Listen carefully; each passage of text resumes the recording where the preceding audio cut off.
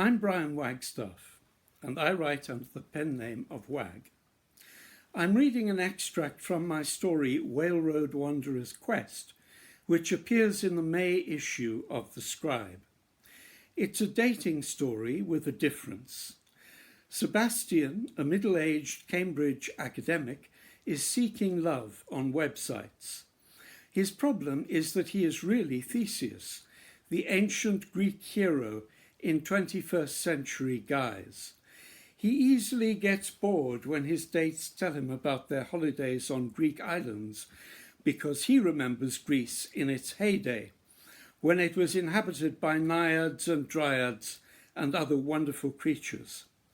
On the other hand, he can't tell them who he really is for fear of being locked up in a mental hospital. Finally, in desperation, he states on the website that he is looking for sex with a mythological sea creature.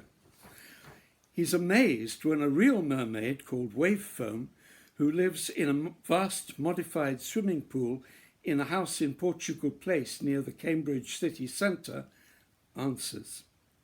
Unfortunately, the relationship doesn't last very long. After a quarrel between them, this is what happens. Wave Foam swished her tail in the pool and the waters frothed up. "You want sex with the mythological sea creature, huh?" she shouted. "Well, go for it." In the distance, a brown head broke through the surface of the water. I gasped. It was the head of a bull, a big one, an aurochs in fact, and it was approaching fast. It was equipped with a tail like a dolphin, and at first it swam at great speed. But it also had legs, and by now had reached shallow enough water to stand upright, like a man. He reared up. Back in ancient times, of course, I had slain the Minotaur. My right hand still retained the memory of the sword I had used, of its weight, of the rough leather wound round the handle. But here I had no sword nor shield, and was no longer in the prime of my strength and vigour. I scrabbled at the side of the pool and heaved myself out. Wave Foam was still taunting me. "Look," she said, "he obviously likes you. You're in luck. Oh, did I forget to mention, he's gay. Well, not exclusively, but he's mainly interested in—" The rest of her sentence was obscured by my wrenching the door of the room open and slamming it shut. I kept running till I had got through the front gate and slammed that too. I stood panting hard in Portugal Place, hoping the creature that had chased me couldn't deal with doors. It was around 9:30 at night. Although late March, it was cold. Snow had fallen that morning and had not thawed. A couple on their way to St. John's Street and the city centre stared at me.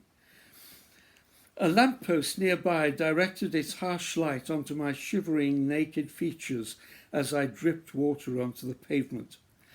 For a moment I wished that my buttocks were as firm, my abdomen as lean, my muscles as toned as they had been in ancient times, and that my manhood, now shriveled to nothing by the cold, looked more impressive. After the physical discomfort, the bitterness. For a few short weeks I had thought that I had at last found a being worthy of my devotion. I had realized early on that she would not love me. She lacked Ariadne's emotional depth and ability to empathize. But the sublime sex and the chance to share a life which consisted of more than just mundane trivia would have been enough. It had been such an attractive prospect, a way back to my old true self. Practical considerations returned. I had to get home. Trying to make myself even smaller than I felt, I started scuttling away, yelping from the pain of the icy paving stones on my bare feet, towards Jesus Green and away from the city centre.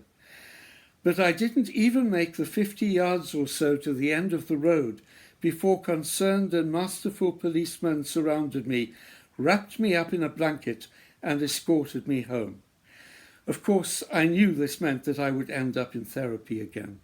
Oh, gods.